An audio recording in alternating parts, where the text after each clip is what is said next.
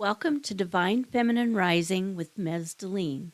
I'm Ms. Deline, and my intention with this podcast is to entertain, educate, and illuminate as I share the power and magic of the Divine Feminine.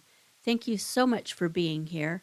I'm grateful for your time and attention. So today I am recording my 10th podcast, and doing a podcast was not anything I ever thought I would do. And I thought I'd have fun with this one and talk about some belly dance stories. Belly dancing is also something I never imagined I would be doing. And I've been doing it for over 40 years, so I have lots of stories. So my belly dance journey began with the neighbor lady walking 3 miles up the road and up my long driveway with her goat. Don't ask me why she had her goat, but she invited me to go to belly dance class with her. And at the time, I was suffering from a deep depression, and I really didn't care about much. And I thought, why not? So I went to belly dance class with her. And from the very beginning, it was a spiritual experience for me. When I heard the music, it felt like coming home. I just innately knew that this was something that I had done thousands of years ago. This was like a past life coming into the present. The movements themselves were how I began to feel comfortable in my female body. The hip movements, the pelvic movements, the shimmies and hip circles and figure eights, where that's the area where our womb is, where creation is for women. And then the rib circles, that's the rib cage, and that is where our breasts are. And so it's about the dance of life, right? It's about women dancing their life story. And the womb is where we carry the baby, and the breasts are what we nurture the baby with. And whether or not you ever have children, when you belly dance, you connect to that energy. It's hard to explain, but it is what it is. And so for me, it became almost a compulsion to do this dance. I learned as much as I could, as fast as I could, and I was just obsessed by it. And it just was a huge part of my life. And I had so many great adventures along the way. I have such a wonderful community of women and also men that I have acquired through the art of belly dance.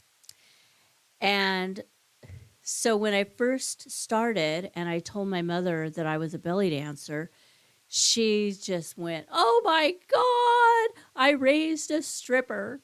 And so I had to explain to her that belly dancing was not stripping, it was family entertainment. And as the years went by, I got this feedback once in a while. One time, one of my first dance gigs where I was paid, I showed up and some woman yelled, "The stripper is here." And it's just mortifying. One of my mentors, Morocco, is a famous dancer who studied in the Middle East for many years, and she's a huge influencer in the belly dance world. I asked her, "What do you do when people make comments like that or say, did you learn to belly dance so that you could attract men or to make your husband happy or whatever?" And she says, "I just tell them, honey, belly dancing is hard. This is something I do for me. There's a lot easier ways to attract men than belly dance." And it was funny, but it was so true, because belly dance is hard. It's like learning a new language with your body. And the language is not Spanish or another Romance language. It's something really difficult to learn. And so I tell my students, each movement is like a word, and then you learn to put the words together into sentences, and then you perform a dance, and it becomes a story. And so what we're doing with our bodies is we are letting go of, at least this is what I do when I dance. I let go of everything in my world except for the music. And I let that music come through my body, and I move my body in a way that expresses what that music is saying to me.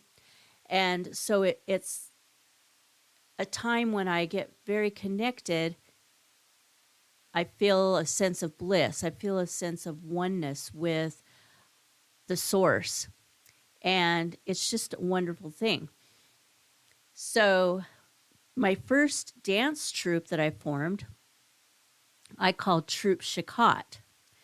And the Shikhat were a tribe of women in the Middle East who I call them the first women libbers because, they've been around for thousands of years. And the women in the tribe were the ones in charge.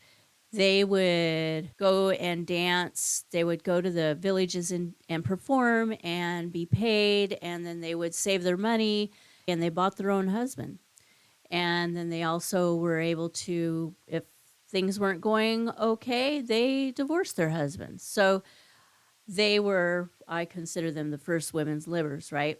And so I called my troupe Shikhat, and we were young and we had fun, and we would wear our costumes to the store sometimes. One time we went to like a 7-Eleven, Circle K type of convenience store, and we were all in there with we had our cover-ups over our costumes, but we obviously had makeup on and our hair and our bangles and jewelry, and two of us had our husbands with us, and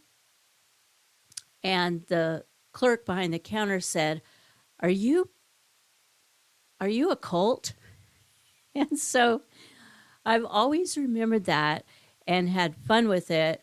So the next time we performed at a show, I had the announcer announce us as Cult Shikhat. And it was really funny to see. We were already on stage waiting for the music to start, so we could see the reaction of the audience. And at first they started to clap, and then they kind of stopped for a minute, and they got their faces were puzzled, like, did she say cult? Anyway, so I had a lot of fun with that. Another thing that happened was my grandma was very religious, and part of her belief system of her religion was that dance was from the devil. And so they didn't believe in dancing or playing cards or many other things. And so when she was in her 80s, and my grandpa he was also in his 80s, and he was in a care center because he was very ill. And so I was visiting, and I decided I wanted to dance for my grandpa. And my daughter at the time was 8, and so we danced, and my grandma was there too, and I didn't know what she was going to think, right? Because I knew she thought that dancing was devilish, so what the heck would she think of belly dancing, right?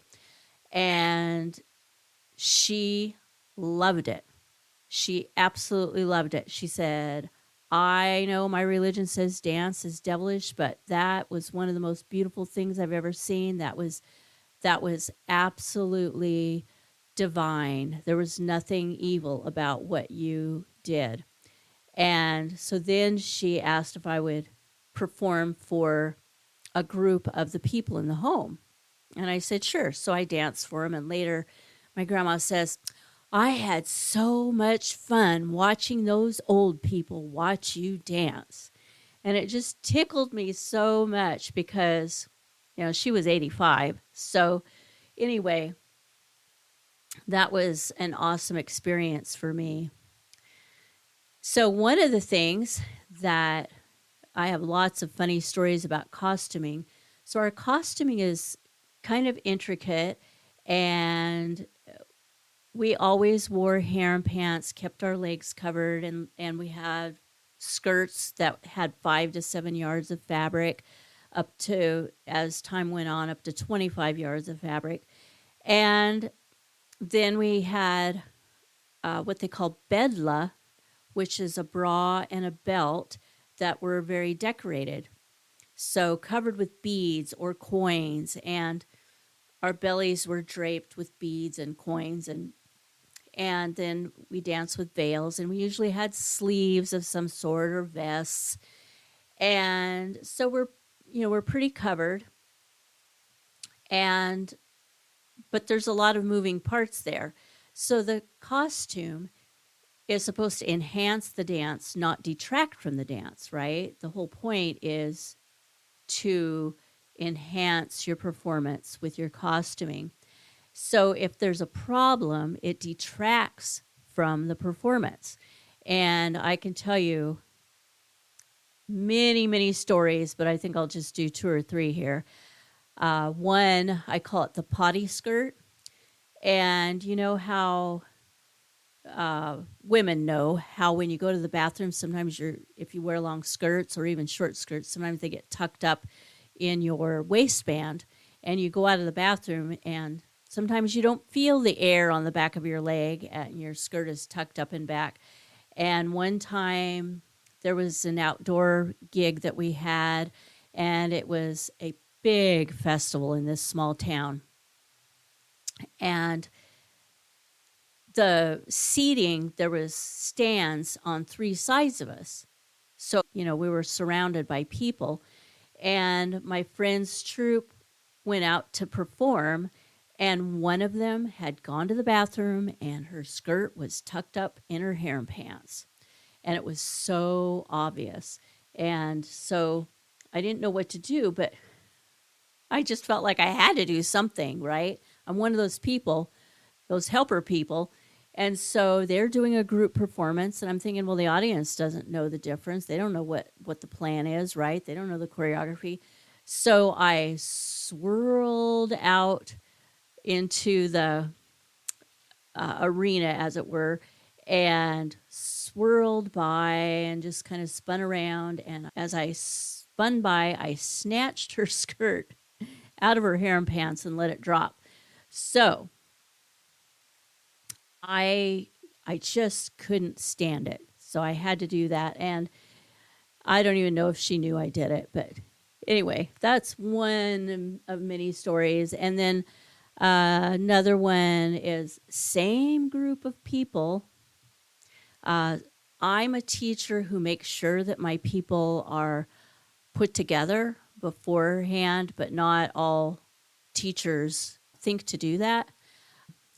And we all teach in different ways, and I teach how to make costumes as well as, how to wear them safely. And by safely, I mean that they stay together. You don't want anything showing that shouldn't be showing, because that's what detracts from your dance. So I was at this one event, and it was called Timber Days Festival. So it's exactly what it sounds like. Loggers, rednecks. And boy, were we popular. I mean, popular. And usually when we danced at those kind of things, we are the most popular thing there. So this one lady, before she danced, I said, you need to put a big pin in the back of your bra. So it doesn't, it's doubly sure that it stays together. And she goes, oh no, I've danced it before, I'm fine, right? She goes out there, she does her performance, she takes a bow where she bows down, and then she stands up quickly and raises her hands up like kind of ta-da. And her bra came unfastened, and as her arms went up, her bra just went up in the air, and she was fully exposed. And so the audience was blown away, and of course they started cheering, and she grabbed it and covered herself and ran back, and everybody, the other dancers, were saying, oh, no one noticed, it was no big deal, nobody noticed. And she looked at me and she said, tell me the truth. And I said, they noticed. And so during the next part of our performance, before we started, they were all stomping their feet and they were calling her name. So, yeah, it was pretty obvious. And the moral of the story is when Mesdeline tells you to pin your bra, pin your bra. One of the funnier bra stories is I call it the edible bra story. So my group was doing a performance and there was a certain style that we were doing, and I had this one student who really had trouble following directions. She either couldn't or wouldn't follow directions. So we're dancing at this outdoor festival. My rule of thumb is harem pants or leggings. She shows up without harem pants. My assistant steps in and finds her some harem pants. And our costumes were supposed to be tribal style, which is kind of more ethnic. And from a distance, her costume looked okay to me.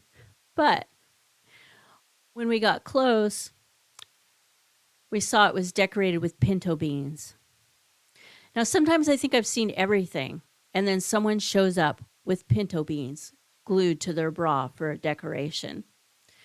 So, yeah, we have a lot of fun with costuming. So, when I first started teaching my first troupe, we performed a lot, we practiced a lot, and one day, one of the troupe members, I'll call her Cindy, Cindy's husband confronted me, and he was angry, and he said, "You need to print a warning manual for husbands." And I said, "What are you talking about?" I asked him what was going on, right? I had no idea where he was coming from. And he said, "Well, my wife used to cook dinner every night. Now I'm lucky to get some TV dinner when she's off belly dancing. She used to make quilts, beautiful quilts. And now all she does is bead costumes and sew costumes. And the worst thing of all is she always used to listen to country western music, and now it's all that Arabic stuff. All she listens to is that Middle Eastern stuff." So I couldn't help but laugh because it was his idea that she take belly dance classes. He thought it would be sexy. So that was his karma, I guess, because she fell in love with belly dance and became as obsessed as I was. So one time we were dancing at an outdoor festival, which they're very fun to dance at. And the stage at this particular festival happened to be next door to the beer garden. So this man comes up to the stage where one of my students was performing, and she was a fairly beginner dancer, and so it was a big deal for her to be on that stage. It was a brave thing that she was doing, right? And I saw this man heading for the stage, and he was a little staggering as he walked. He was obviously drunk, and I headed him off.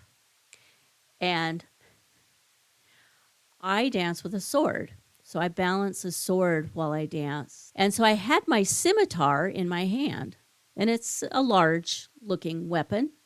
And I walked up to him and I said, "Excuse me." And he says, "Well, she sure is pretty. I just wanted to talk to her." And I held up my sword. His eyes got really big, and he turned around and staggered away as fast as he could. I was just showing it to him, that's all. So one of the things I did was bellygrams. We called it bellygrams. And so we would dance for retirement parties, for birthday parties, for Christmas parties, and so forth. And people would hire us to do performances as surprises for their loved ones. And so we had a lot of fun doing that, and we got paid pretty well too. And if it was a birthday party or a retirement party, something like that, we would wrap our veil around the person kind of as a celebration thing and giving them some attention. And not everybody was comfortable with us showing up unexpectedly and dancing for them as a surprise. But they usually were very good sports about it, and sometimes even got up and danced with us, which made the party really fun for everybody else. But one time I was hired to do a bellygram for Santa at the mall. And so I go up, I start dancing. Santa's sitting on his chair, and everybody's watching.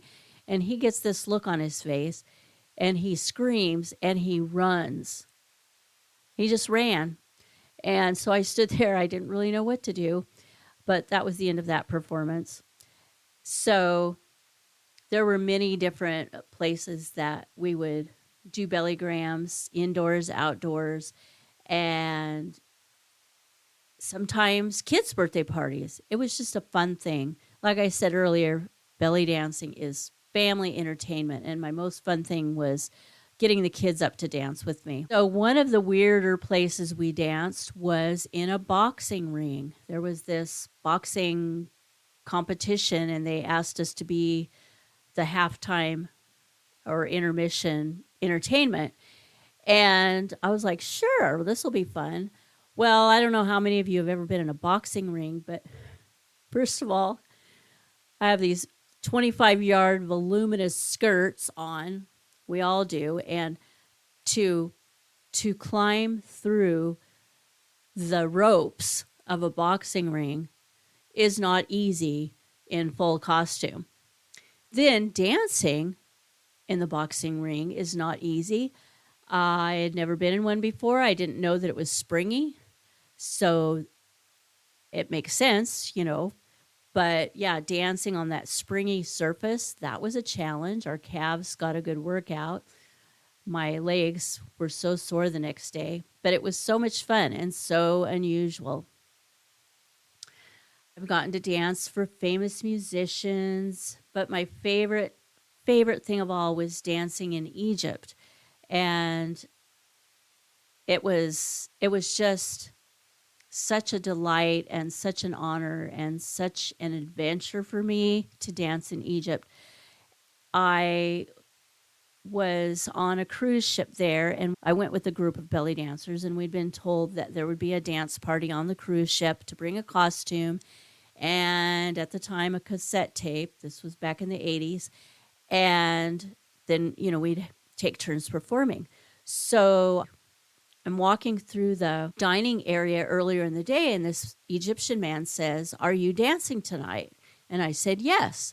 And he says, "You have a costume?" And I said, "Yes." And he says, "Okay."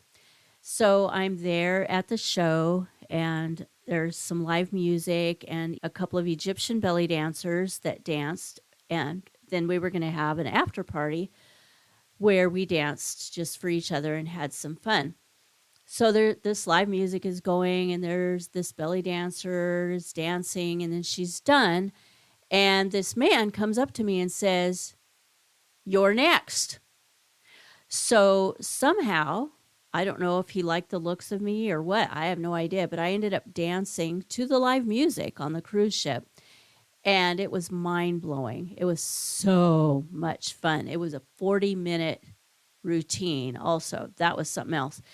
And after that, he booked me in clubs all around Egypt. And so wherever we traveled, it turns out he was the owner of the tour company that we were with. And so he booked me in these different places, and it was just a phenomenal experience. I ended up dancing for the King of Zaire when I was in Luxor, and that was, nothing tops that. So it was amazing. It was also a trip where we were traveling with a group of Reiki people. So it was the most perfect adventure to Egypt that one could imagine, because I got to belly dance at night. I got to go to the temples and the different ruins and stuff during the day with the Reiki people and do some meditations in the inner sanctum of some of the temples. And it was just bliss. I just have to say, bliss. So, anyway, I could talk all day and all night about belly dancing, but I should probably stop now and just thank you for listening. And I hope that it was fun. I just wanted to do something different and kind of celebrate my 10th podcast by talking about something that has been such a big part of my life and has been so much fun. And like I said in the beginning, an unexpected thing. I never imagined being a belly dancer, and I never imagined doing a podcast. So thank you so much for joining me today. My mission is to help bring back the balance of the divine feminine to spirituality. Please share my podcast with anybody who might be interested in the divine feminine and personal empowerment. And if you'd like to connect with me further, maybe find out more about belly dancing or Reiki or just the divine feminine belief system in general, feel free to reach out to me. You can find me at mesdeline.com, Divine Feminine Rising with mesdeline.com, Mesdeline Bliss or Mesdeline on Facebook, TikTok, and Instagram. And I have an email newsletter if you'd like to sign up for that. It's on my webpage. Allow the light of your love to shine. Be the change, lead the way, and always remember your light of love is a needed gift to the world that only you can give.